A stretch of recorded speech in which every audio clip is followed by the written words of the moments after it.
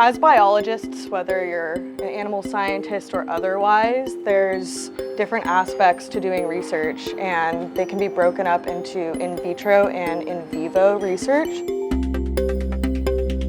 In vivo means looking at the organism level. So in our case, in Dr. Yanhong Lu's lab, we study pigs, and we actually study nutritional intervention strategies, directly feeding pigs and determining how it can benefit them using different feed additives. However, we also do research in vitro, meaning we don't need to use animals to understand how something like intestinal cells work. It's a way to have a model of a whole organism, a live organism, by looking at just the cells. Our lab is dedicated to exploring feed-based technologies to improve non-ruminant animal health and sustainable production. Our ultimate goal is to contribute to the growing demand for safe and nutritious food. Currently, we have several cell lines in our lab. So Lauren is working on the IPEC-J2, special focus on the middle of the small intestine segments, so we can answer some questions straightforward without using live animals.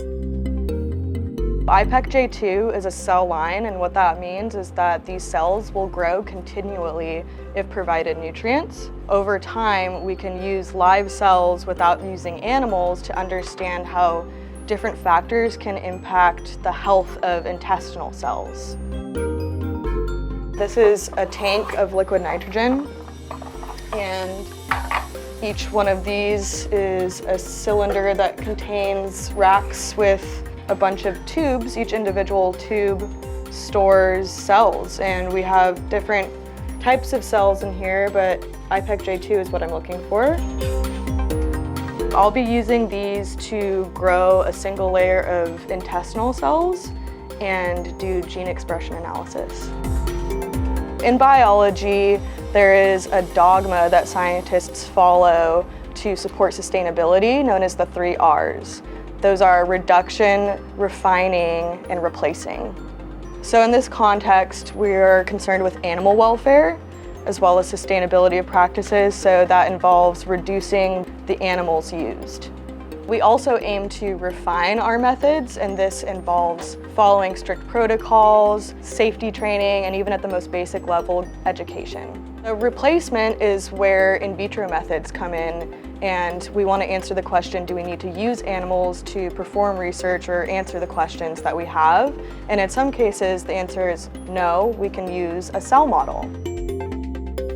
I think that in a world where antibiotics are being used more prudently than they used to, which is great, there exists a void where, especially weanling piglets, need other strategies. We need to use every tool in our box to promote their welfare during that really sensitive and susceptible time where bacterial infection can occur. They need all the help they can get. And so for us, nutrition is one way that we try to improve their health, and we look at things from probiotics to botanical sourced blends, all kinds of naturally sourced compounds that have these beneficial effects on the piglet health. I think one of my favorite tools that I've learned how to use as a scientist is in vitro work with cell cultures, because it means that we can answer questions that we have without having to use animals. So that's where the replacement factor comes in, and I think that's why in vitro work is really important.